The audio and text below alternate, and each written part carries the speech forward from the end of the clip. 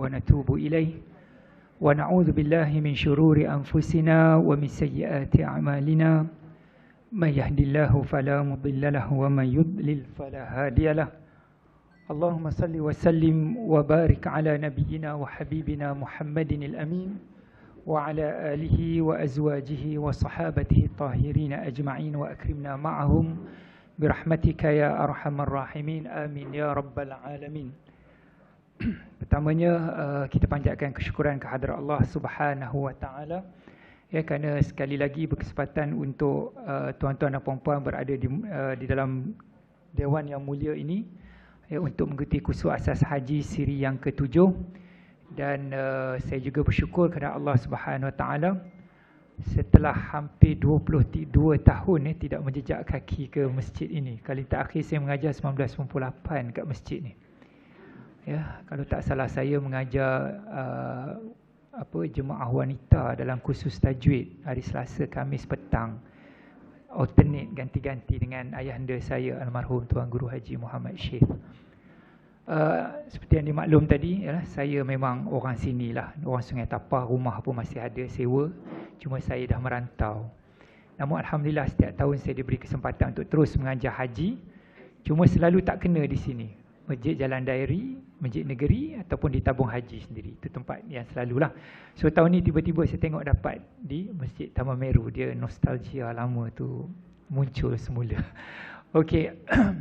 Jadi saya rasa tadi majlis dah buka dengan Al-Fatihah, Ummul Kitab. Dah Okey, jadi untuk kita datangkan semangat ya, untuk moga-moga kita ini menjadi tetamu Allah Subhanahu Wa Taala. Tidak kiralah haji ataupun umrah, marilah sama-sama kita melaungkan talbiyah. Labbaik Allahumma labbaik, labbaik la syarika lak labbaik, innal hamda wan ni'mata laka wal mulk لا شريك لك لبيك اللهم لبيك لبيك لا شريك لك لبيك إن الحمد والنعمة لك والملك لا شريك لك لبيك اللهم لبيك لبيك لا شريك لك لبيك إن الحمد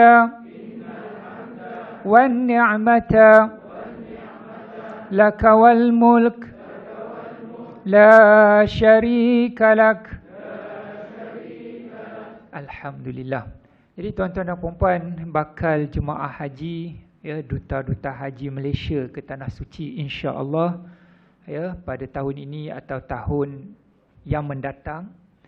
Ya, pertamanya kita rasa syukur kerana mendapat kembali kota sempurna 31,600 seperti mana yang diumumkan ya oleh menteri kita sehari dua yang lepas. Alhamdulillah. Ya, ini sekurang-kurangnya mengekalkan jemaah haji yang menunggu masih lagi dalam 86,000 yang tertunda, bukan yang menunggu, yang tertunda.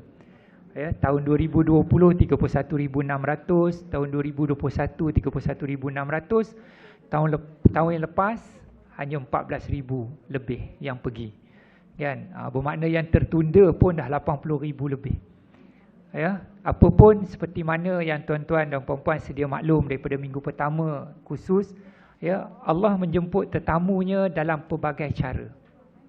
Ya, dan sesiapa yang terpilih itu adalah insan yang bertuah, dan siapa yang tidak terpilih itu jangan sekali-kali meletakkan su'udzan, sangkaan buruk kepada tetamu-tetamu Allah Subhanahu Wa Taala. Dengan apa jua cara mereka pergi, mereka adalah tetamu Allah Subhanahu Wa Taala. Tetapi saya yakin bahawa setiap yang pergi itu tidak menzalimi mana-mana yang tidak dapat pergi. Itu yang perlu kita sedar, kerana sekaya mana dia sekalipun, ya, kalau tidak ada kota tambahan, maka kembali pada kota asal 31,600. Ya, kemungkinanlah kalau ada kota tambahan itu, ya, mungkin ada rezeki mereka yang Allah berikan kelapangan dalam kehidupan mereka ini, mereka mungkin boleh pergi package yang kebetulan mendapat kota tambahan tersebut, dan kota tambahan bukan daripada 31,600, bermakna tidak ada unsur zalim menzalimi di sini. Yang menzalimi kadang-kadang adalah kita yang tidak dapat pergi kerana menuduh mereka yang dapat pergi, tetamu Allah. Siapa kita untuk berkata kepada tetamu Allah?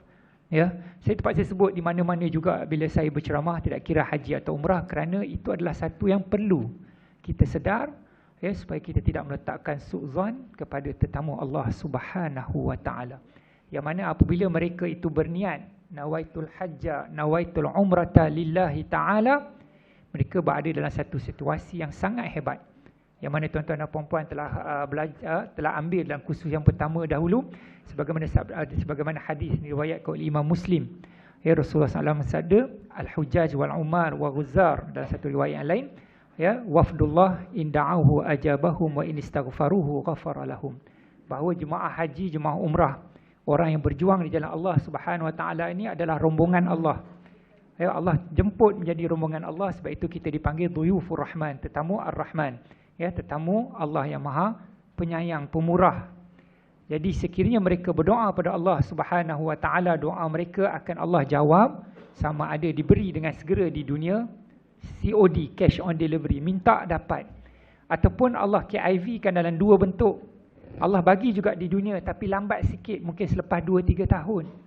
Ataupun Allah KIV terus, tetapi dengan cara meningkatkan atau memberi rahmatnya semasa dihisab, ketika melalui titian siratul mustaqim, ataupun dinaikkan maqam atau kedudukan kita, darjat kita di akhirat nanti, di dalam syurga nanti. Ya, jadi tetapi ada satu, wa in istaghfaru, sekiranya mereka itu memohon keampunan kepada Allah Subhanahu wa taala, ghafara lahum, nescaya Allah ampunkan. So confirm tuan-tuan. Jadi siapa kita? Ya, mungkin yang mungkinlah ada kot terkenal dengan saya. Ya, kadang-kadang ada jugalah kalau musim-musim haji ni keluar jugalah dalam televisyen, TV3, Astro Oasis. Ya. Mungkin juga kerana, bukan saya cakap ini kerana sejak 2011 saya diberi kesempatan untuk bawa package.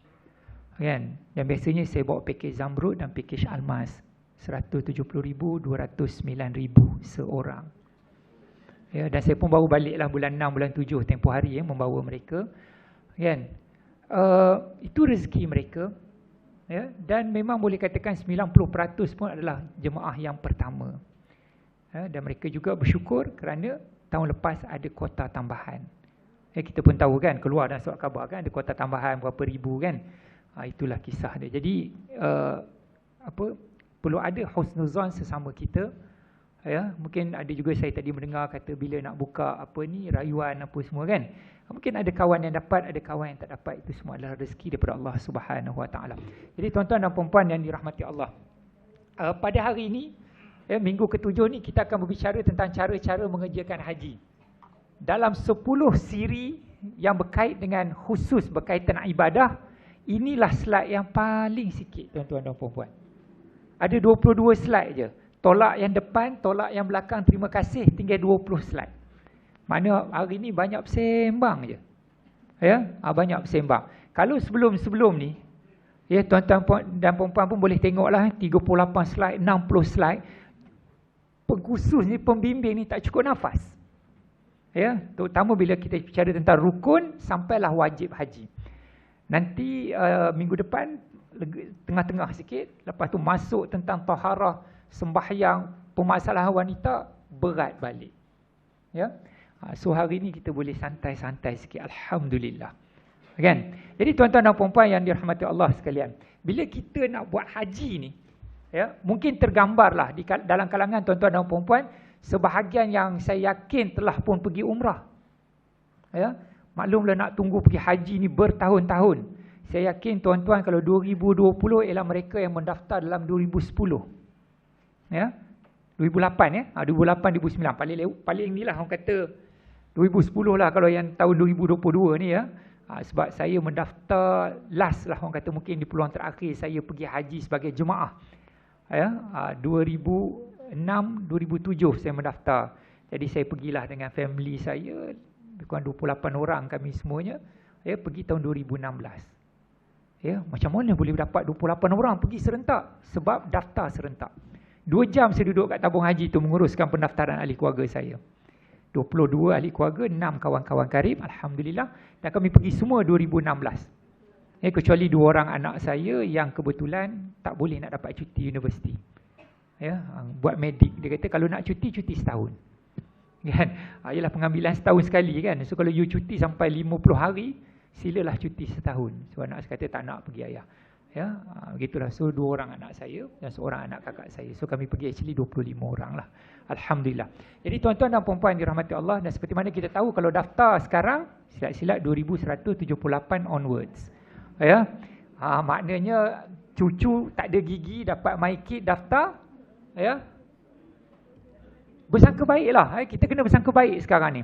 Walaupun 2178 wajibkan anak-anak, wajibkan cucu-cucu terutama yang dah ada rezeki, ya, mungkin kereta pun dah ada, rumah pun dah ada, jangan sekejap hilang. Ya. Jangan asyik-asyik bertukar kereta tetapi ya, haji tidak ada orang kata usaha ke arah itu kan. Kalau mereka boleh beli kereta bermula dengan Proton Saga tapi sampai akhirnya mungkin pakai Accord dan sebagainya, bermakna duit tu banyak tu. Ya, daripada 40,000 dah boleh beli sampai kereta berharga 140,000, bermakna kalau 100,000 tu bagi 2, 50 dah boleh pergi package yang mungkin boleh mempercepatkan proses-proses tersebut. Jadi itu kita perlu ya, ingatkanlah kepada anak-anak kita, ya, bahawa nak pergi haji ni kena ada kesungguhan. Ya, kena ada kesungguhan. Ya, kalau tidak nak tunggu tu mungkin lambat sedikit.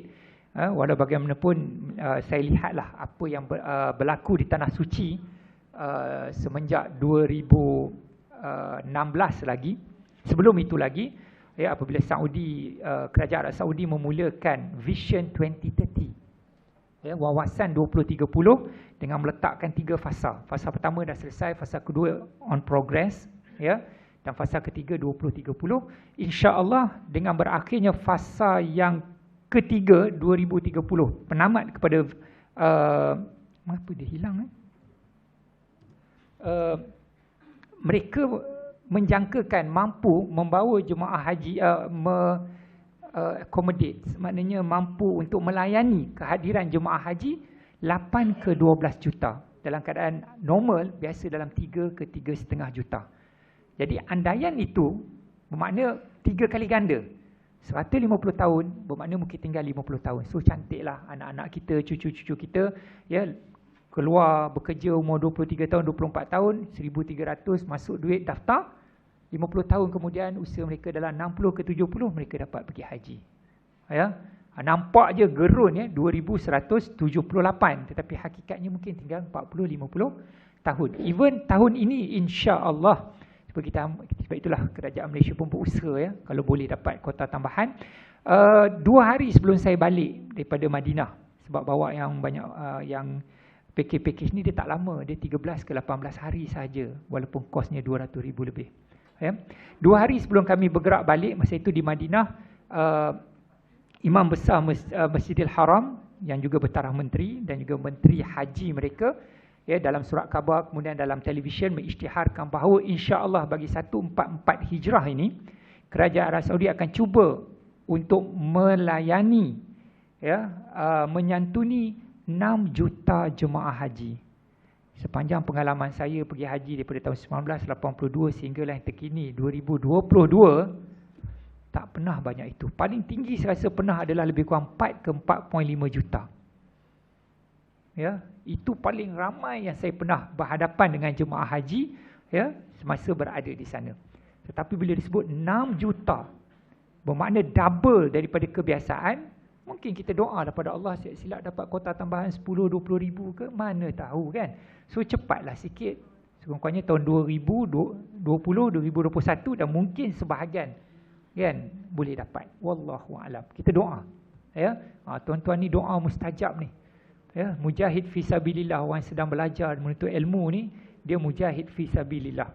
Ya, doanya pun insya-Allah ikhlas kita belajar, ikhlas kita berdoa, ya moga-moga Allah makbulkan dan mudah jalan masuk ke syurga.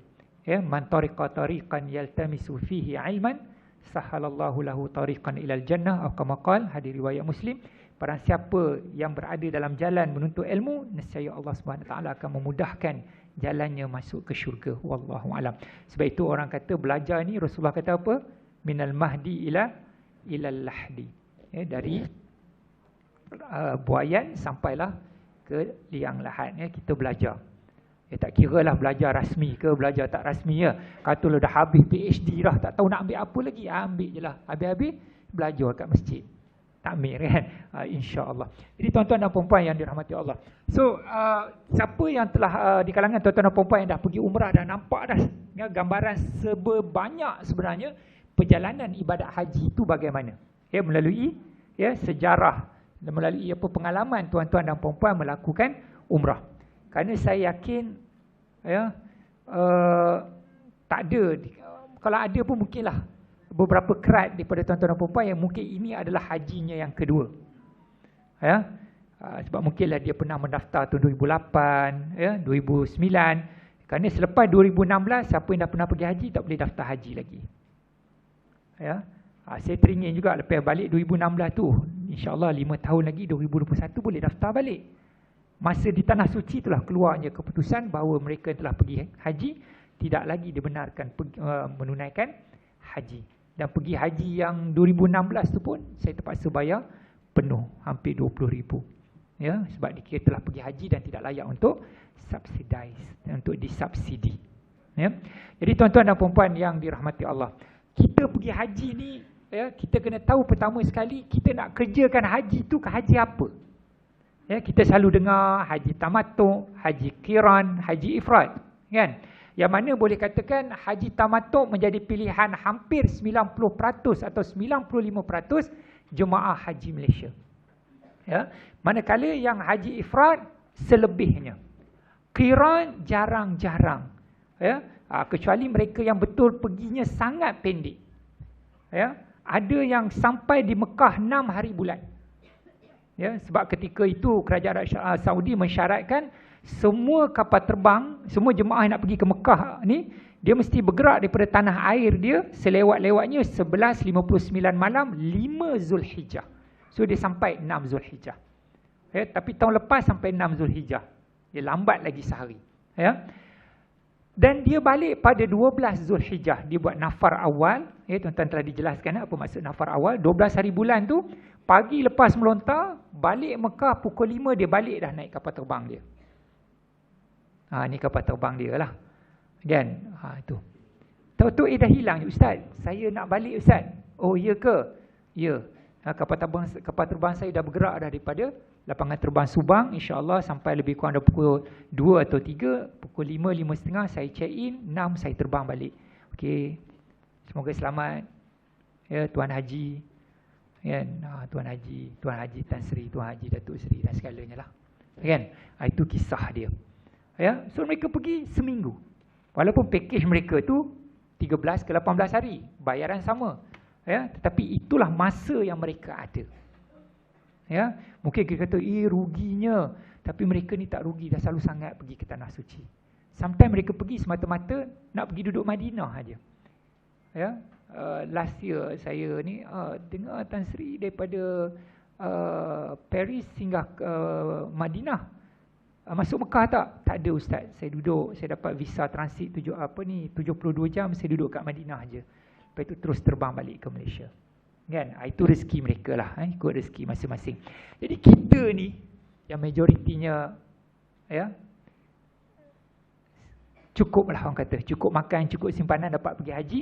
Ya, memanglah kalau boleh kita nak berapa? 40 hari, 45 hari, ya, rezeki, alhamdulillah. Okey. Jadi kita nak tahu juga apa cara haji kita nak buat ni. Ya. Kalau kita pergi awal, memanglah biasanya orang akan pilih buat haji tamattu. Alasan dia satu je, tak mampu, Ustaz, nak duduk dalam ihram lama-lama. Ya. Kalau kita puasa 13 jam setengah, kan? Maknanya kita dah keluar daripada satu kondisi, satu suasana, satu masa yang kita beribadat dalam tempoh tersebut. Tapi kalau kita berada dalam ihram, kadang-kadang kita berada sampai 24 jam, 38 jam, 46, 48, 72 jam. Ya. Jadi siapa yang nak buat haji selain daripada haji tamattu' ni, jangan lihat lama atau singkatnya masa berada dalam ihram.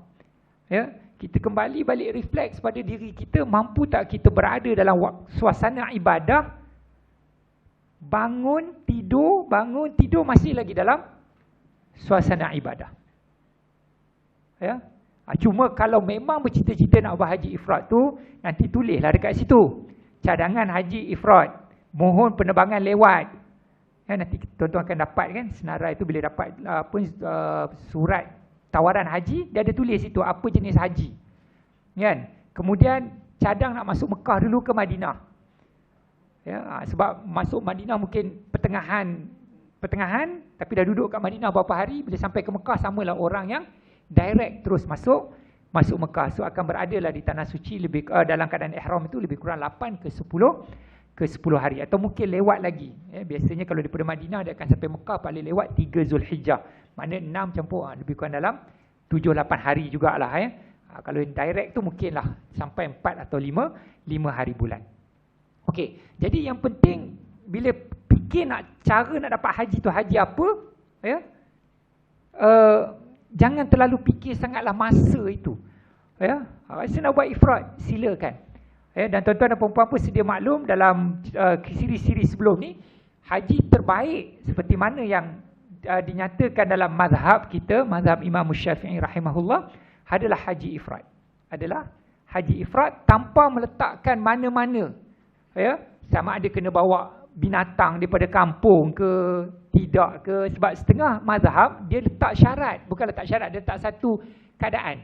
Kalau kita bawa binatang daripada kampung kita, ya, mana dekat dalam kapal terbang tu ada 340 orang, ada 340 ekor kambing ikut kita sekali, maka yang afdal ketika itu ialah buat haji ifrad atau haji qiran. Kalau tak ada kambing, ya, kambing kan, mungkin kambing tu dah diangkut oleh apa ke, duduk dekat Mekah dah tu kan, tapi kita tak bawa daripada kampung kita, kan, maka haji yang terbaik adalah haji tamattu'. Ya, haji tamattu'. Itu ikut pandangan mazhab lain. Tapi mazhab Syafi'i ni dia simplifykan, dia pemudahkan. Ya. Yang paling afdal ifrad, kedua tamattu', ketiga qiran. Ya. Okey. Itu satu. Kemudian kita tengok matlamat kita balik. Kalau kita target nak buat haji yang paling afdal dalam mazhab kita, iaitu ifrad, apakah dengan melakukan haji ifrad itu kita mampu mencapai, ya, tingkatan haji, iaitu mabrurkah haji itu. Kalau kita buat ifrad tetapi dalam masa yang sama kita tak mampu menahan diri kita, ya, mungkin kesalahan-kesalahan yang nyata dalam larangan ihram itu kita boleh ikut. Tetapi bagaimana dengan mulut kita, bagaimana dengan hati kita?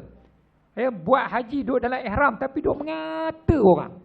Ya, ataupun tak habis-habis berbawangnya. Kan? Pop-pet, dia ada dia punya kedai kopi, stesen apa? Stesen bawang dia. Yang lelaki pula ada stesen kopi dia.